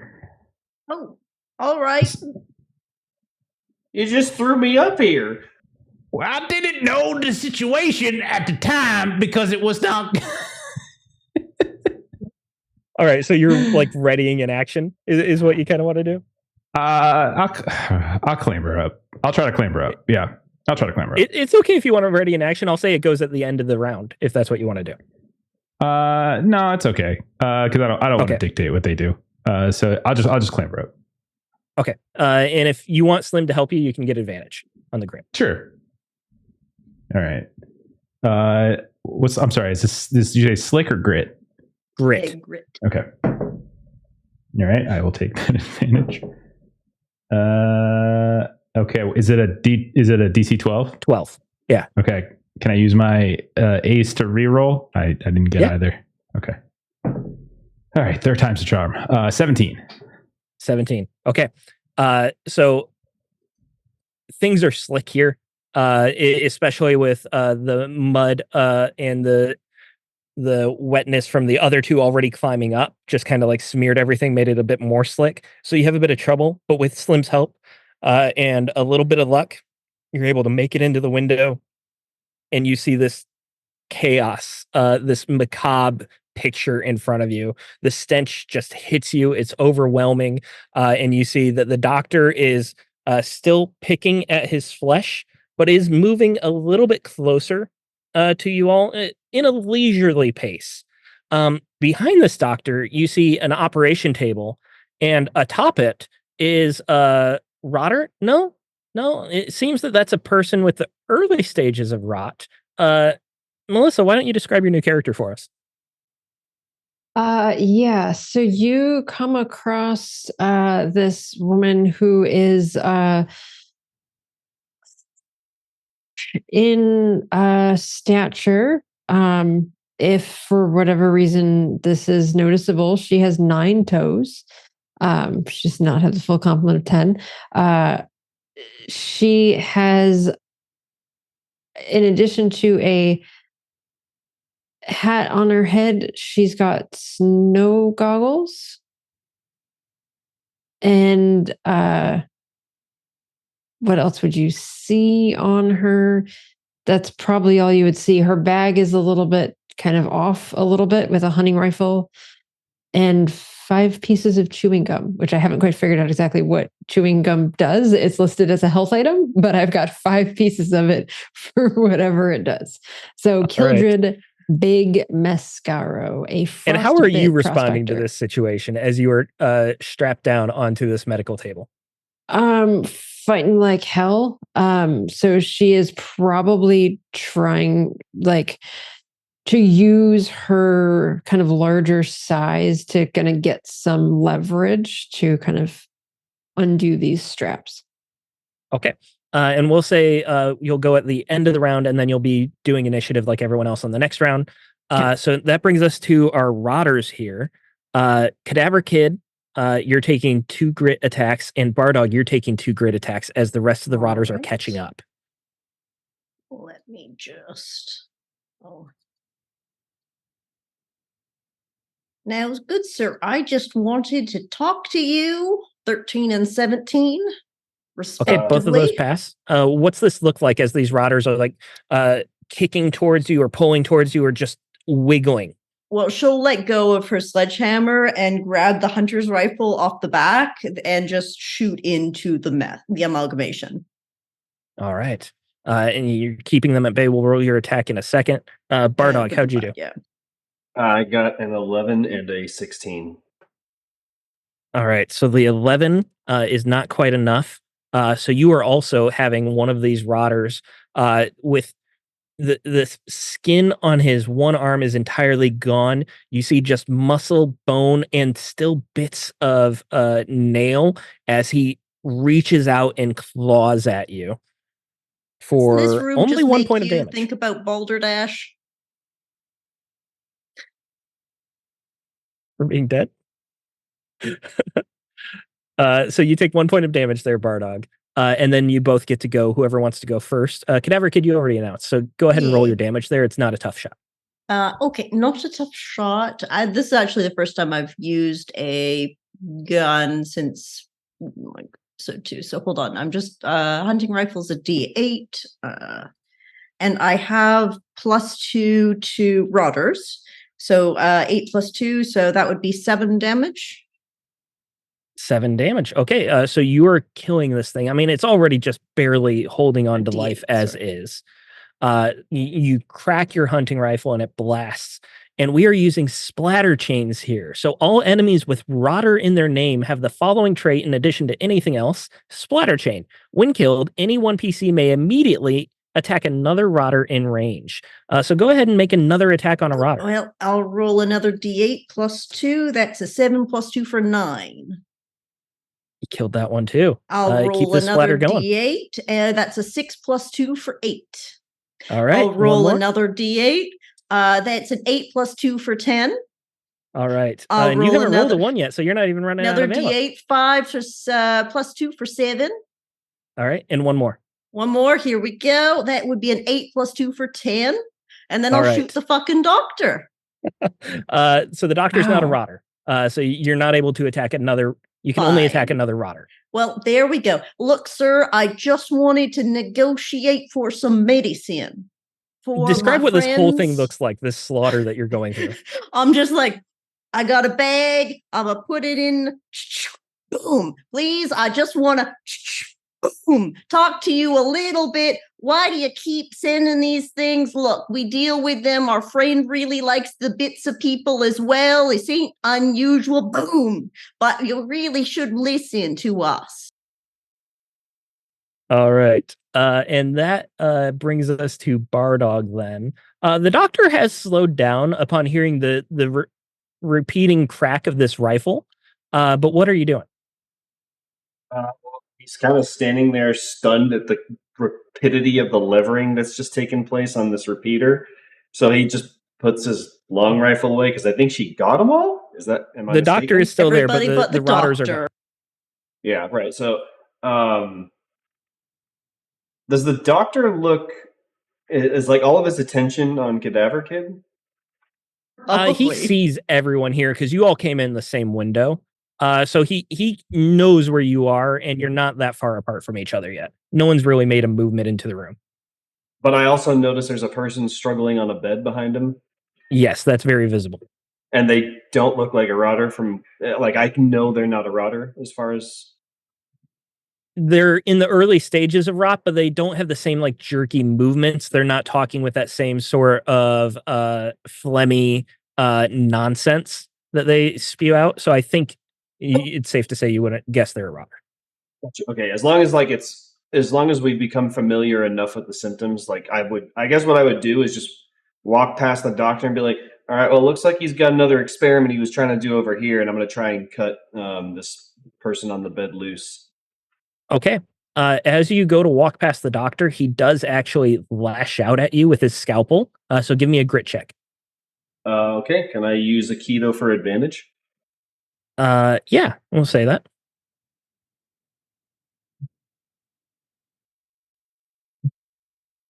That's a nat 20. Nat 20. So who loses their aces on a nat 20? I do. Does anyone have any aces left? I would imagine. Is that a second level rot thing in addition to a first level rot thing? Yeah, so you get all of the advantages of the previous levels. So you're at level 2, and it's in the handouts there under Tides of Rot. So I can show it to you there. So technically, Cadaver Kid could have kept shooting and attacking them because they're rotters as well. Well, by that logic, I can hit myself and Bardog.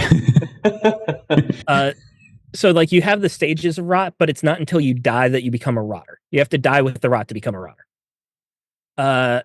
So there is someone you know who might be coming back as a rotter. Anyways, not according to the water that we threw him in, which is mysterious and strange. He should be in Detroit by now. Also, the log probably took off the head from the body.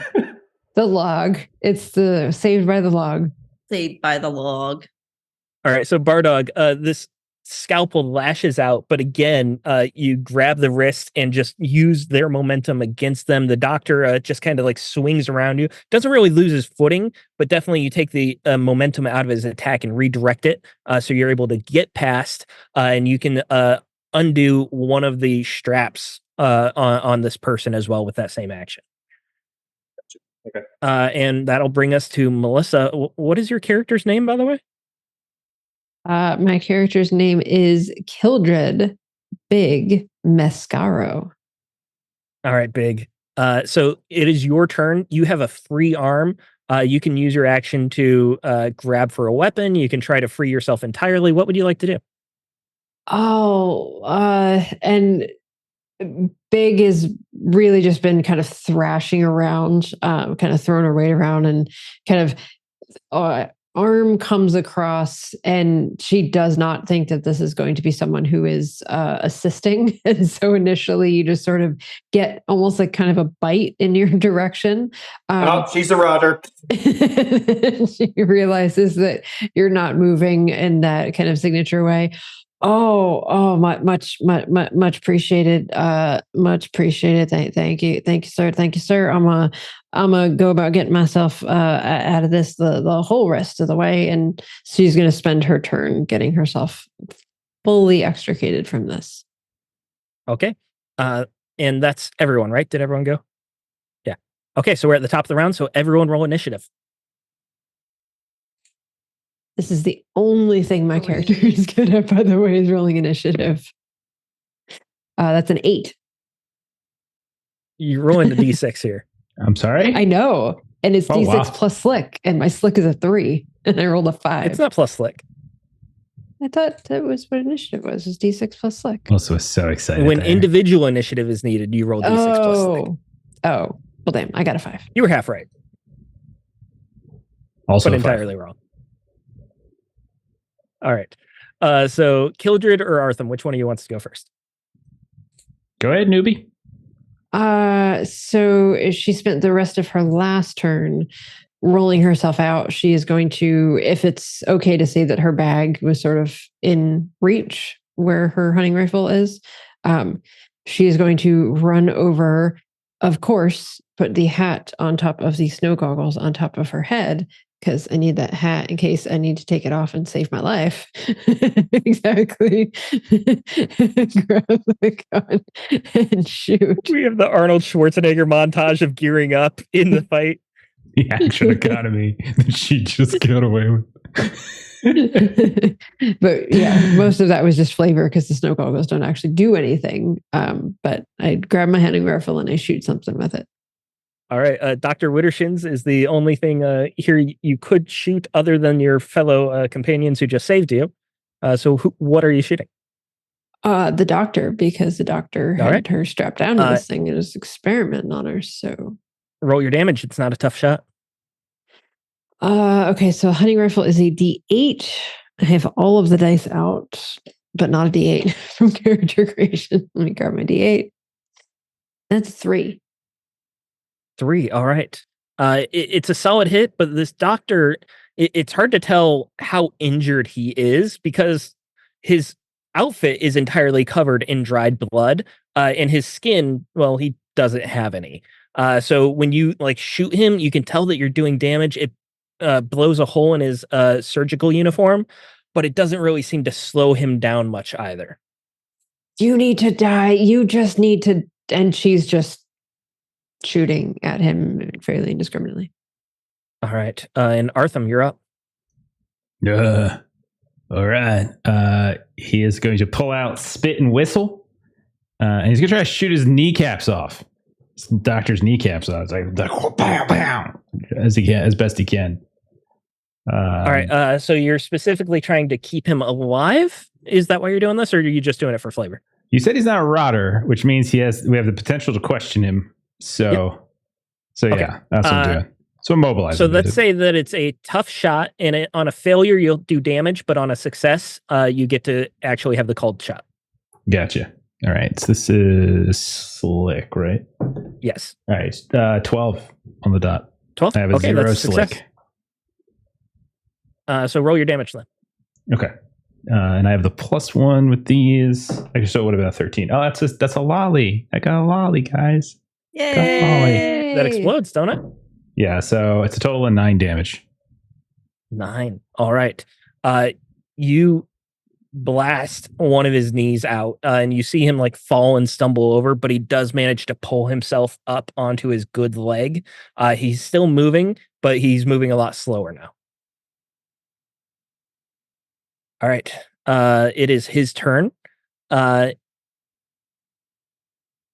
He probably would have gone for Kildred because she shot him, but then Artham shot him. So he's really just like spinning around trying to figure out who to target. And I think Bardog would end up being the closest. He can't move very far now. So he's going to go for you, Bardog. Give me another grit and you can use your Aikido. Yeah.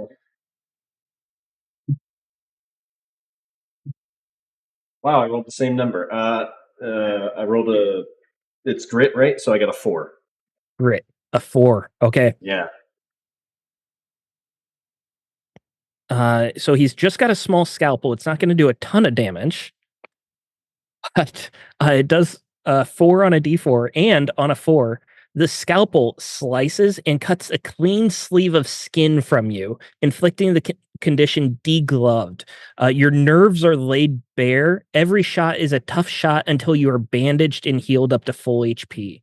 I'll go ahead and put this in the chat for you. I'm at 0 HP. You're down to 0? Yeah. Okay, give us the d20 minus 0. 19?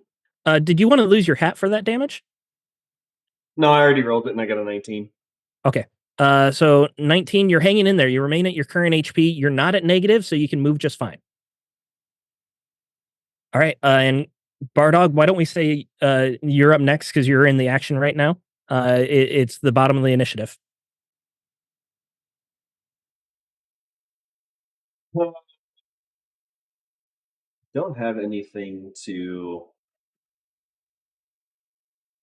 I did drop my sledgehammer on the ground if you wanted to pick up a melee weapon. Oh, okay, yeah. Can I just take out his good knee with the sledgehammer? Yeah. So we'll say you move, you grab the sledgehammer, and with one swift motion, you swing back around going with the sledgehammer. Roll grit to attack. Yep.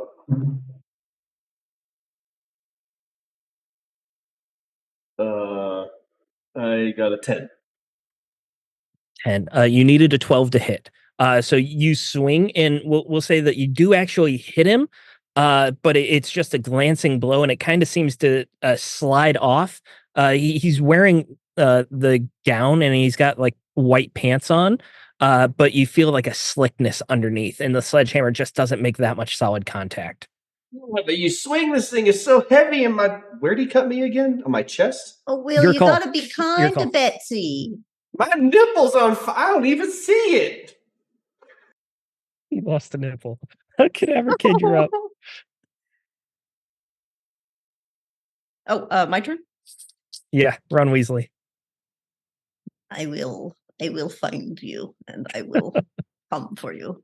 I will. Well, okay. If we're not negotiating but taking him out at the kneecaps, I guess I ought to shoot him there as well. Okay. So we'll call it the same thing. It's a tough shot. You'll still do your damage on a failure, but on a success, you get to make the targeted shot. And this is with grit, right? It's slick for shooting. Oh, how about an 11? But with slick, you just hit because you're shooting, right? No, because it's a tough shot. She wanted to target a specific spot. Yeah, I just shot him instead. I didn't. I'm not good with these guns very often. You just pick them up and you pull the trigger, and they're like super but easy. The sledgehammer is just like so close and personal. I prefer that method. Do you have any way to give yourself +1? Vindictiveness as a skill. He is shooting my friends. Okay, so roll with advantage. Is he an alligator? Oh, you're not going to let me keep that after this. Nope, that's a 1. Okay, so we're going with the 11 then, which is not enough. So roll your damage. All right, and he's not a rotter, so it's just a D8. Correct. They would be That would be a 15 damage. How do you explode so often? Oh my Look, God. I got the name Cadaver Kid for a reason. I think I've killed everything I've tried to damage. It's like a bigger barrel and we're all fish. I really wanted to give you the chance to talk with this guy, but you're not making it easy on me. So describe how you're just destroying him. I tried to spend my entire first turn talking to you. He's got 15 HP total. He was down to 2, and you're doing 15 damage. Yeah? You're killing him. How are you killing him? How bad is this? Oh, I'm sorry, guys. I think I shot him in the face instead. How can you tell the difference? Yeah, the head like just circular. Explodes. He's just got the teeth there that are like a jumble now, and he falls backwards, and there's just a little bit of blood that gets pushed out before the final breath is taken. Well, I'm sorry, guys. That maybe was really amazing shooting, but thanks. All right. I'm gonna take my sledgehammer back if that's all right. I think I definitely I'm a little better in the aiming with a sledgehammer. And at this point, Slim finally is able to climb up the exterior of the building, and he slides into the window onto this pile of guts and gore on all these dead rotters. He looks up as he's on the floor and sees Big Mascaro. And I don't remember what Aaron had his charming voice on. So who is this lady? And then that is where we're going to end the session. With you all getting to know each other. Maybe we'll have another fight and we'll kill each other. We'll see who survives there. I think anybody goes against me is going to get shot in the face. I just so that everyone in the audience knows, when I rolled up my HP, I rolled a 1. So I'm not expecting Big to live very long. 1 HP and you have level 2 rot. Yeah. Uh-huh. Yeah. I should just go ahead and do another one. Let's go ahead and check to see if you are berotted. So we can just do this handout here. Melissa, we will say you don't have to deal with this because you weren't in long enough. So everyone else, did you come into physical contact with a rotter? If it bit you or attacked you? Did you steal from or betray another person for your own gain? Nope. I think you all kind of betrayed Balderdash. I tried. No, we hard. didn't. What are you talking about? We tried to figure this out. Are you kidding? Save her. We did. We went to the cliff's edge. We literally. What? You got okay, because I'm dumb. Don't punish me. That's fine. Did you hurt or kill another person for your own gain? I don't know. Does the doctor count? I don't count that for our own gain. That was for our protection. That guy, the doctor would have dog. Would not. Oh no, I was talking about Balderdash. It's just real coincidental, like how she disappeared. We did kill the dude that was the boss, but I don't think that was for our own gain, more for our own protection. All right. Did you drink unboiled water or eat food from Dredge Upon Rock? No. I don't think anyone's needed to eat yet. We're not quite at that point, but maybe next session. Did you make at least 1 death check? No. There we go. And are you miserable? I don't think anyone is. No. All right. So you want to make a luck check and subtract 1 for each of the yeses? Well, I got 2 from the gun. Or I got a +1 from the gun, so that's I'll 2. go back to the digital dice. What happens when you roll a 1? Nothing. It's just standard. So your rock goes up by 1. Oh, I'm sorry. It goes up by 2 on a nat 1. My bad. I'm a liar.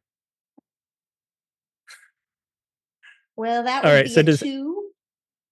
Weslee goes up. Bardog goes up. Artham? I rolled a 0. Oh my god. So was that a nat 1? No, it was a nat 2, but I have -2 luck. So your rock goes up by 1 then, which I think is your first stage of rot, right? That's my first, yeah. Cadaver Kid, are you at 2? And Bardog, you're at 3? I don't want to be, but I guess. We got the whole gamut then. Weslee, why don't you read the description for the second stage of rot for us, for our audience here? Oh, thank you. Septic bolt, boils, receding gums, worse throat, stiff sinew, auditory pain, and delusions. I think I actually already have the delusions. Thank you. My chickens are alive. Yet every petty foible in your peers makes you realize, likewise, how worthless they truly are. Their failures make you feel good. When another PC rolls a nat 1, instead of losing your aces, you gain it.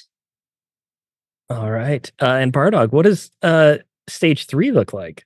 Well, you can't help but know that everyone's holding you back. Thieves, wretches, one-up and scum. When another PC spends an ace, you must also spend an ace too, and if not, you become miserable. I'm aggrieved until I can find a way to make them miserable to feel better about myself. All right, now question on this. If I don't have an ace to spend, I just get free misery? I think that's how I would It rule does that, yeah. seem like it reads like that. I think Bardog's next on the chopping block. Yeah. All right. You are becoming slowly more berotted, but you're getting through most of the town as well. I didn't expect you to end up at the hospital. I'm kind of glad you did. I was hoping to see Dr. Wittershins in person. Well, I'm surprised as well, because I did. Cadaver Kid just earnestly believed we were doing that, and I'm surprised Artem didn't dissuade them from it. So I think that Artem is trying to establish alliances right now and finds Cadaver Kid to be more useful. I do kill very well. I think you do. Excellent, you might say. Yeah, really good to have on side. I feel like I might be in the middle soon.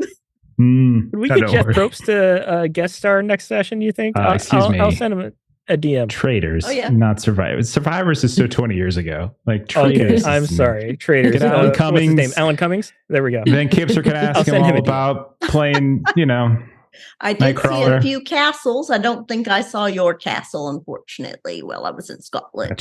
He was teeing you up for an X-Men reference. It was. Oh, that's true. That's right. All right. I got distracted by his reality TV. Let's do some shout outs. Aaron, what do we got going on? All right, interesting. While I have your attention, why don't I tell you about this great little Discord that Adventures in Lollygagging has? You should absolutely join it. Kipser will post all of the X-Men memes, and she also posts the maps and handouts for you all to follow up with in the episode discussion. And while you're there, if you're interested in a Weird West game, this is an acid western, but there is a Weird Western called Huckleberry that is playtesting on our server right now. So come join the server, hang out with all of us. Ooh, twinsies. Hang out with all of us and ooh, fancy. Play some Cowboys with us. It'll be a lot of fun. I'm kind of rambling now. I lost my momentum. Jeff, what do we got going on with Lollygaggers? Yeah, we're back to things. We took a couple days off, about a week off actually, but we're back. Thursday, we're going to be doing some Simba Room as per usual. Friday, if all goes well, we got Warhammer 40k, Wrath and Glory. Saturday, we should be back to Call of Cthulhu in Mexico City. Monday is a Fragged Empire night.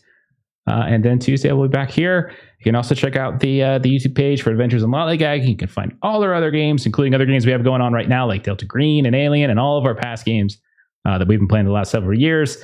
And don't forget, you can also, if you're the type of person who would rather do some audio-only stuff, you can check out Adventures in Lollygagging. We do have podcast feeds, and you can download pretty much everything there. Yeah. We good, Steven? Yeah, I think we're good. Are we going to raid anyone? Yeah, we're going to go ahead and raid Omega Ohm TV. They're really nice people. They're playing Alien, and Alien's one of my favorite games, one of my favorite franchises. And we love it here on the channel. So we're going to go see what they're doing. Have a great rest of your night. See y'all later. Bye-bye. Bye-bye. Bye. Bye.